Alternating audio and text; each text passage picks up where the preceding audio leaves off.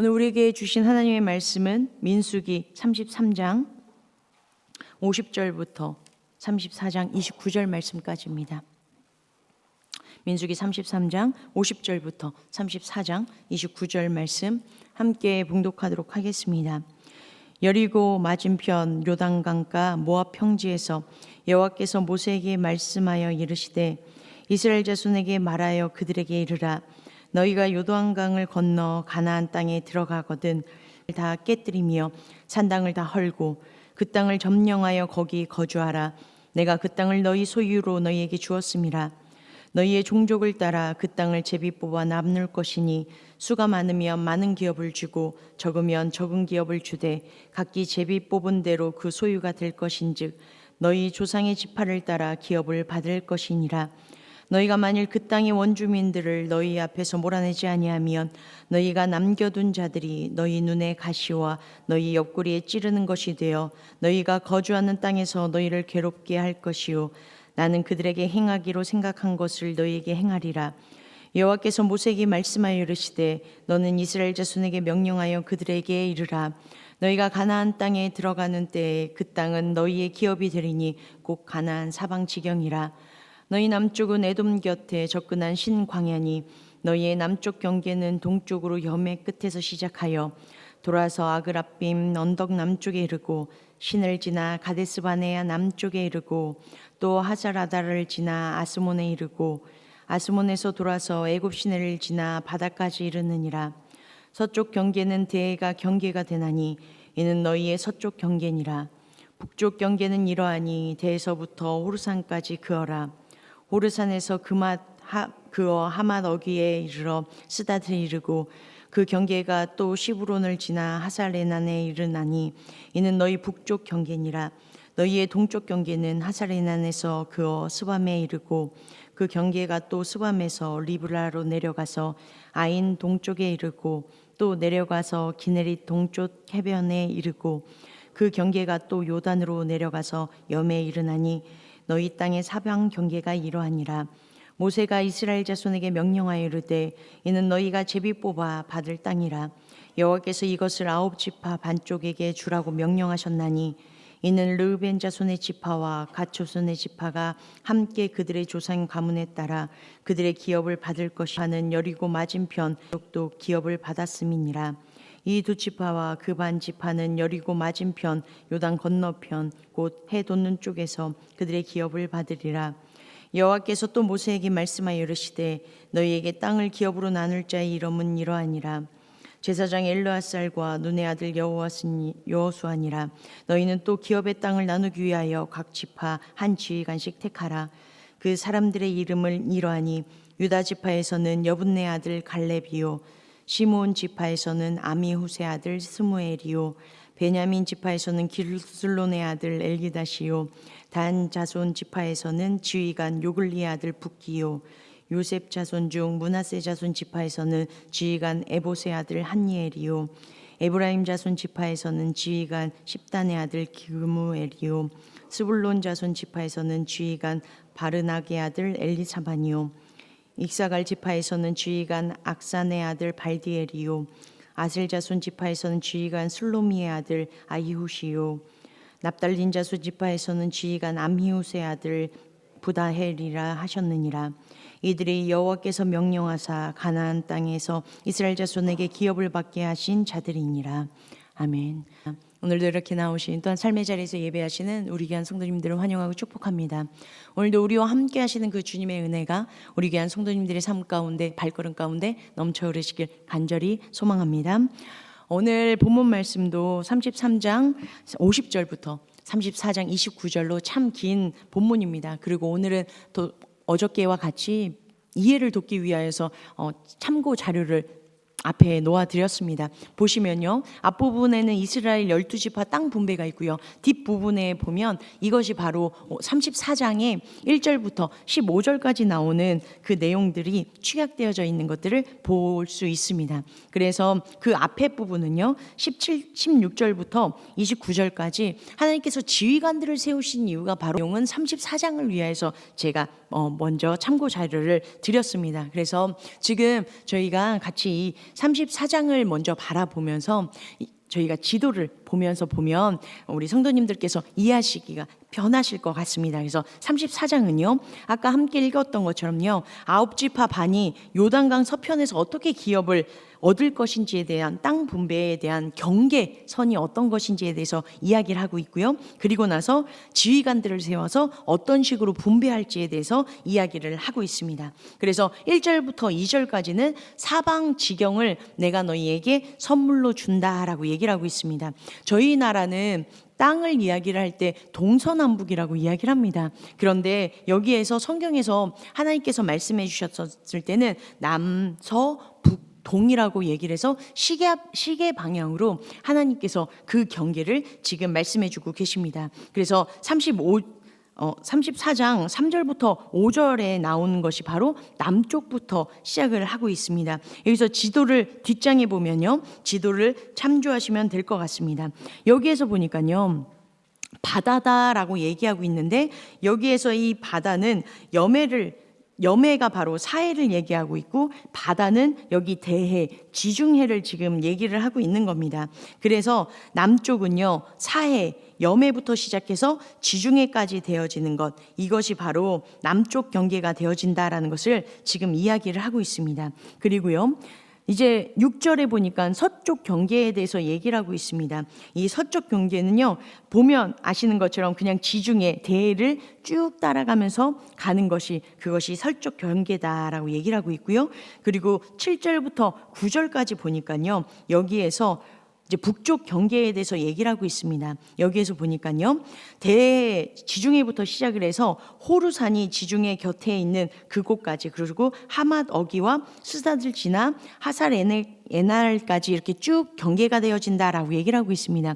여기에서 이제 호루산이다라고 이것이 나오기 때문에 여기에서 약간 혼란스러우실 수도 있는데요, 호루산은요, 남쪽에 한계가 있고 북쪽에 한계가 있습니다.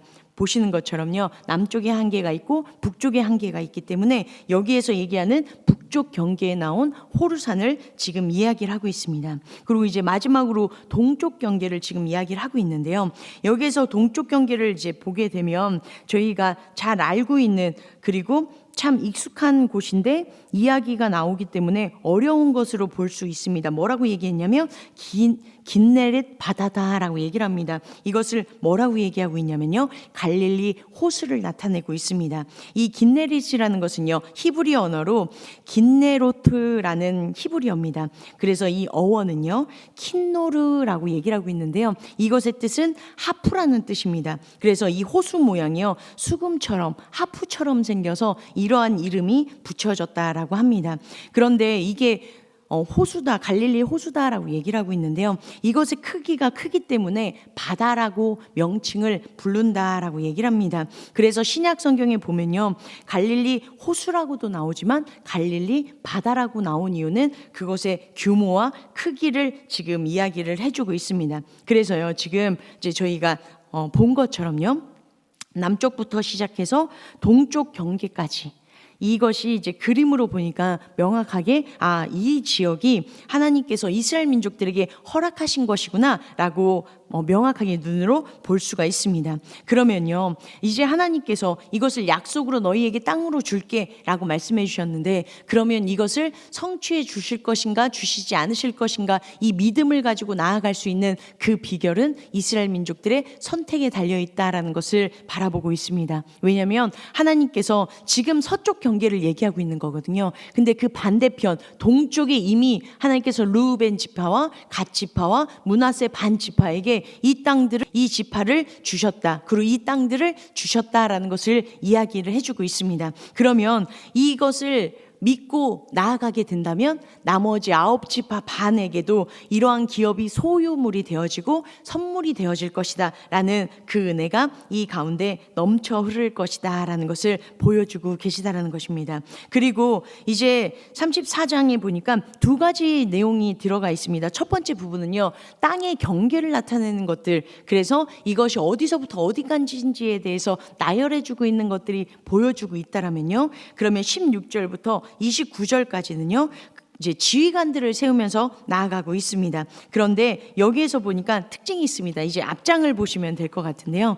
이제 앞장에 보면요. 여기에서 보면 읽어보시면 19절부터 29절까지 이제 지휘관들에 대해서 이제 나열을 하고 있는데요. 여기 보면 특징이 있습니다. 어디서부터 나열하기 시작하냐면요. 남쪽부터 시작을 하고 있습니다. 그래서 남쪽부터 북쪽까지 지휘관들이 나열되어져 있고, 그래서 남쪽 부분, 그리고 동부, 중간에 있는 부분, 그리고 이제 북쪽에 있는 부분, 이것들을 지금 표현해주고 있음을 이야기해주고 있습니다. 그래서 남쪽 지역의 땅을 분배받을 사람들을 네 지파가 있다라고 얘기를 합니다. 그래서 첫 번째는 누구를 얘기하고 있냐면요, 유다 지파를 얘기를 하고 있고요. 그리고 두 번째는 시므온 지파를 얘기하고 있고요. 그 다음에 베냐민 지파, 그 다음에 단 지파를 이야기를 하고 있습니다.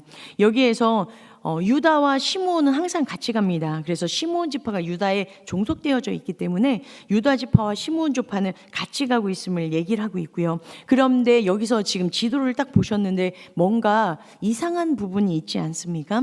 원래 저희가 알고 있는 이스라엘 지도는 어디서부터 어디까지다라는 얘기를 참 많이 들었냐면요, 단에서부터 브엘세바다라는 얘기를 저희가 참 많이 들었습니다. 그런데요, 여기서 보니까 단은 원래 어디 있었다라고 얘기를 하고 있죠? 남쪽 부분에 지금 위치해 있었다라는 것을 지금 보여주고 있습니다. 그래서 사사기부터 시작해서 사무엘 상하를 보면요, 이들의 지역을 뭐라고 얘기하고 있냐면 사사기 20장 1절에서는요, 이에 모든 이스라엘 자손이 단에서부터 부엘사벳까지와 길르앗 땅에서 나와서 그 회중이 일제히 미스바에서 여호와 앞에 모였더라 라고 해서 단에서부터 미스바라는 이야기를 합니다. 이것은요, 원래 하나님께서 원하셨던 지도였습니다. 그런데 단이 이 위쪽으로 올라갈, 북쪽 맨 끝으로 올라갈 수밖에 없었던 그 배경은요, 바로 사사기 18장에 그 내용이 나와 있다라는 것입니다. 단 지파에 사사가 있었는데요, 그 지파가 바로 삼손이었습니다.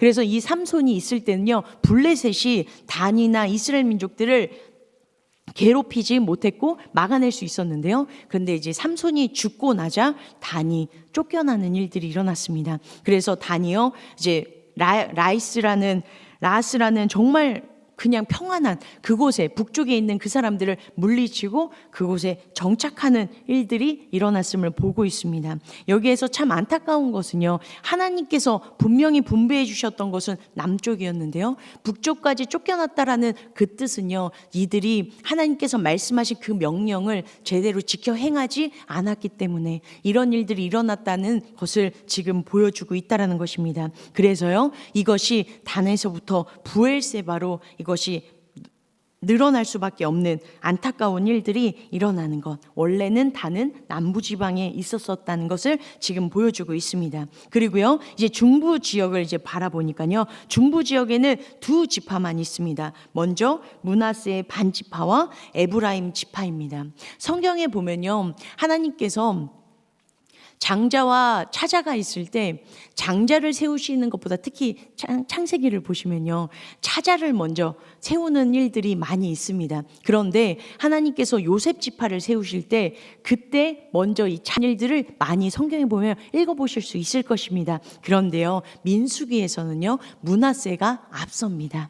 그것은 저희가 마지막 날 함께 알아보며 나아가도록 하겠습니다. 그래서 므낫세와 에브라임이 중심을 지키는 일들이 있음을 지금 보여주고 있습니다. 그리고 마지막 이제 북부 지역을 보고 있는데요, 이 북부 지역도 스불론과 익사갈, 그리고 아셀과 납달리, 이렇게 이야기를 하면서 이제는 남부 4개, 그리고 중부 2개, 그리고 위에 또 4개, 이렇게 해서 9지파 반들이 이렇게 이야기를 해야 된다, 이들이 이렇게 차지해야 된다라는 것을 하나님께서 말씀으로 해주시는 것을 보고 있습니다. 그런데 오늘 본문 말씀을 이렇게 보시다 보면 나오지 않은 지파들이 있죠. 그게 바로 르우벤 지파와 갓 지파가 나오지 않습니다. 왜냐하면 이들은 이미 동편에 이들의 지파가 있기 때문에 이들의 이름은 들어가 있지 않다라는 것을 확인하시면 될 것 같습니다. 여기에서 보니까요, 저희가 어저께 함께 바라봤을 때 33장은요 뭘 얘기를 했었죠? 과거를 회상했습니다. 광야에서 어떻게 40년 동안을 이끌었는지에서 과거에 대해서 이야기를 했다면, 오늘 본문 말씀을 어떤 것에 대해서 얘기를 하고 있죠? 미래에 대해서 지금 이야기를 하고 있습니다. 앞으로 일어날 일들에 대해서 이야기를 해주고 계십니다. 그리고 나서 이제 중간에 33장 50절부터 56절에 보면 이 중간에 미래에 일어난 일들을 지키기 위하여서 너희가 이렇게 해야 된다라는 것을 하나님께서 말씀해 주고 계십니다. 50절부터 56절은요. 이게 분명히 이것도 미래에서 얘기하는 거거든요. 근데 이게 미래에서만 그치지 않아야 된다는 거 분명히 우리가 알아봐야 될 것 같습니다. 그래서 이제 마지막으로 저희가 50절부터 33장 50절부터 56절을 저희가 마지막으로 바라보며 나아갔으면 좋겠습니다. 여기에서 보니까요, 하나님께서 신세대가 그 땅에 이제 들어가면 해야 할 것을 세 가지로 이제 축약을 합니다. 그게 50절부터 53절까지 첫 번째가 나오고요. 그리고 54절에 두 번째가 나오고요. 55절부터 56절까지 세 번째가 나옵니다. 여기에서 다 읽으면 좋겠지만 시간상 제가 첫 번째 부분은요. 33장 52절만 읽어드리도록 하겠습니다. 함께 읽었으면 좋겠습니다. 시작. 그 땅의 원주민을 너희 앞에서 다 몰아내고 그 새긴 석상과 부어 만든 우상을 다 깨뜨리며 산당을 다 헐고 라고 이야기를 하고 있습니다. 첫 번째는 뭐를 해야 된다라고 얘기를 하고 있죠? 네, 우상을 숭배하지 말고 이 모든 것들을 다 헐어라. 우상 숭배하지 마라 라고 첫 번째 말씀해 주고 계십니다. 두 번째는요 54절입니다. 함께 읽겠습니다. 시작. 너희의 종족을 따라 그 땅을 제비 뽑아 나눌 것이니 수가 많으면 많은 기업을 주고 적으면 적은 기업을 주되 각기 제비 뽑은 대로 그 소유가 될 것인즉 너희 조상의 지파를 따라 기업을 받을 것이니라 라고 얘기를 하고 있습니다. 두 번째는요 그 땅을 제비를 뽑아서 나눠라 라고 얘기를 하고 있습니다. 그리고 이제 세 번째는요 33장 55절 함께 읽도록 하겠습니다. 시작. 너희가 만일 그 땅의 원주민을 너희가 남겨둔 자들이 너희의 눈에 가시와 너희 옆구리에 찌르는 것이 되어서 너희가 거주하는 땅에서 너희를 괴롭게 할 것이요 라고 얘기를 하고 있습니다. 여기에서 찌르는 것이라는 이것이 히브리어로 찬인이라고 얘기를 하고 있는데요. 이것은 구약 성경에 딱 두 번 등장합니다. 여호수아서와 이곳에 딱 두 번 얘기하고 있습니다. 이것은요 찌르는 것, 가시, 바늘이라는 의미로 사용을 하고 있고요. 이게 비유적인 의미로 사용을 하고 있습니다. 그래서 이것은요 극심한 고통을 주는 적대적인 존재라는 비유적인 표현이 이 안에 들어가 있습니다. 말씀드렸던 것처럼요 이 단어가 어디에 들어가 있냐면요 여호수아서에 들어가 있습니다. 왜냐하면 민수기에서는요 하나님께서 말씀해 주실 것들에 대한 약속, 미래의 약속을 얘기하고 있다면 여호수아서는요 이것들에 대한 성취를 이야기를 하고 있습니다. 그래서 한 성취를 얘기하고 있습니다. 여호수아서는 크게 두 부분으로 나눌 수 있습니다. 1장부터 12장까지는요 땅을 정복하는 것들에 대해서 얘기를 하고 있습니다. 그리고요 13장부터 24장까지는요 정복한 땅들을 나눠주는 것, 분배하는 것들을 지금 이야기를 하고 있습니다. 그런데 이 내용 이제 21장까지 다 정복했다라고 얘기를 하고 있고요. 그리고 22장부터 24장까지는요. 이제 너네가 이제 그 땅에 이제 들어왔으니까 하나님께서 원하시는 것들은 이런 것이다라는 것을 나열해 주고 있습니다. 그래서 여호수아서부터 열왕기상까지 하나님께서 이들에게 원하신 뜻들을 이야기를 하고 있는데요. 그건 바로 아바드, 섬기다, 예배하다라는 내용들이 20번에 걸쳐서 이야기를 하고 있습니다. 이제는 이들이 정복했다면, 이들이 그 땅에 거주했다면 하나님께서 원하시는 건 단 한 가지래요. 뭐라고요? 예배해라. 하나님만을 섬겨라. 라는 것들이 그 안에 가득 차 있다라고 얘기를 하고 있습니다. 그래서 그 중심 22장부터 24장까지 중심인 23장에 다시 한번 여호수아가 이제 죽기 전에 과거를 회상하면서 하나님께서 이런 일들을 해주셨고 이제 너희는 이런 일들을 행하며 나아가야 된다라는 것, 이들이 이제는 현실에서 이것들을 지켜 행해야 된다라는 것을 얘기해 주는 것이 크게 세 부분으로 나누고 있습니다. 그래서 여호수아서 23장 6절부터 10절까지가 첫 번째 부분이고요. 그리고 여호수아서 23장 3절부터 5절까지가 두 번째 부분, 여호수아서 23장 11절부터 13절까지가 세 세 번째 부분입니다. 제가 읽어드리도록 하겠습니다. 23장 6절부터 7절까지만 읽어드릴게요. 그러므로 너희는 크게 힘써 모세의 율법책에 기록된 것을 다 지켜 행하라. 그것을 떠나 우로나 좌로나 치우치지 말라. 너희 중에 남아있는 이 민족 중에 들어가지 말라. 그들의 신들의 이름을 부르지 말라. 그것들을 가리켜 맹세하지 말라. 또 그것을 섬겨서 그것들에게 절하지 말라라고 얘기를 하고 있습니다. 지금 민수기에서 첫 번째 뭐라고 얘기했었죠? 우상 숭배를 하지 말라. 여호수아서 23장 첫 번째 뭘 얘기하고 있죠? 우상 숭배를 하지 말라. 똑같은 것을 지금 얘기를 하고 있습니다. 두 번째는요, 23장 4절입니다. 제가 읽어드릴게요. 보라, 내가 요단에서부터 해지는 쪽 대해까지에 남아있는 나라들과 이미 멸한 모든 나라를 내가 너희를 위하여 제비 뽑아 너희 지파에게 기업이 되게 하였느니라 라고 얘기를 하고 있습니다.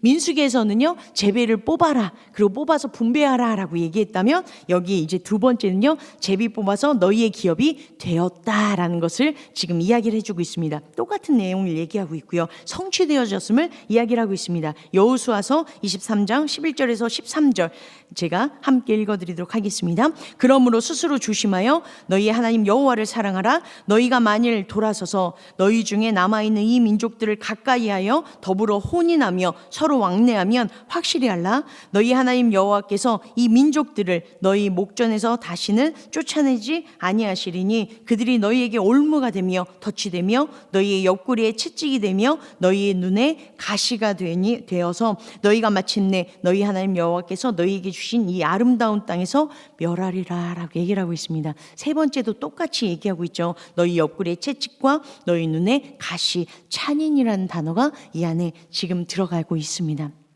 여기에서 지금 이 내용이 33장 50절부터 56절의 이 내용과 23장의 이 내용이 반복되어져 있습니다. 근데 차이점은 말씀드렸던 것처럼요, 성취되어진 것들에 대한 이것이 이 안에 내포되어져 있습니다. 그래서요, 여호수아 전체를 마무리하면서 이제 과거에 있었던 것들을 이것들을 요약하면서 나아가고 있습니다. 그러면서 아까 33장 50절부터 56절은요, 미래의 상인 것처럼 얘기를 하고 있습니다. 그런데요, 우리가 이 미래의 상을 지키기 위해서 해야 되는 일들이 있습니다. 뭐냐면 현재를 그렇게 살아내지 않으면 미래에도 그렇게 살아낼 수 없음을 이야기를 해주고 있습니다. 그래서 여호수아서에서요, 앞부분에 첫 번째와 세 번째 얘기했죠. 모세의 율법책에 기록된 것을 다 지켜 행하라. 그것을 떠나 우로나 좌로나 치우치지 말라라고 이야기를 하고 있고요.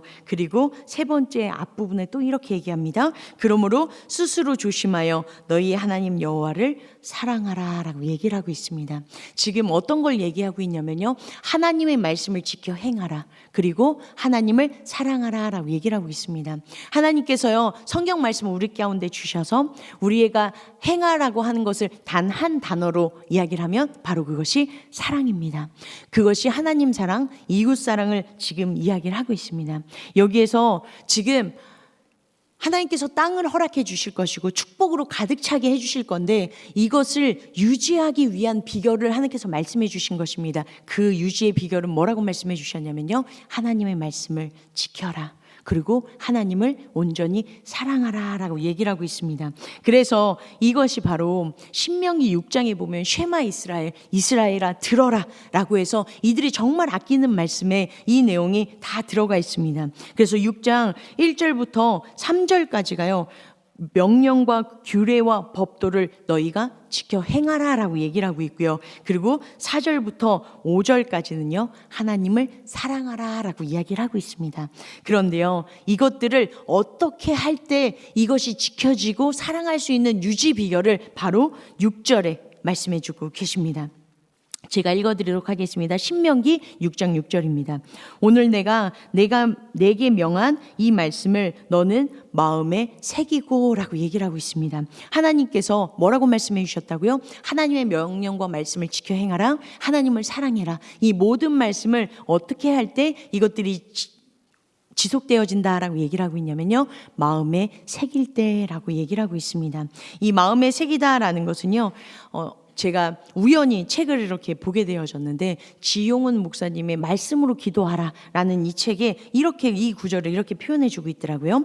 여기에서 보니까 새기고라는 이것은요 히브리어 단어 알이라고 얘기합니다. 이것은 뭐뭐 위에라고 이걸 얘기합니다. 그런데 이 알이라는 이 히브리 언어는요 어디서 파생이 되어졌냐면요 라는 그 동사에서 시작이 됐다고 합니다. 그런데 이 아라라는 뜻은요 오르다, 올라가다라는 이 동사에서 유래되어졌다라고 합니다. 그래서 즉 말씀을 마음에 새긴다라는 것은 어떤 것을 얘기하고 있냐면요 우리의 마음과 생각 위에 하나님의 말씀을 그 위에 올려놓아라 라는 것을 이야기를 한다라는 것을 얘기하고 있습니다. 그래서요 우리의 마음보다 우리의 생각보다 하나님 말씀이 그 위에 있을 때 우리가 하나님의 말씀을 따르고 하나님을 사랑하는 놀라운 일들이 일어날 것이다 라고 얘기를 하고 있습니다. 그리고요 여기에서 또 한 줄을 더 얘기를 했습니다. 뭐라고 얘기했냐면요 마음 위에 말씀을 올려 새기는 방법이 바로 암송입니다 라고 얘기를 했습니다.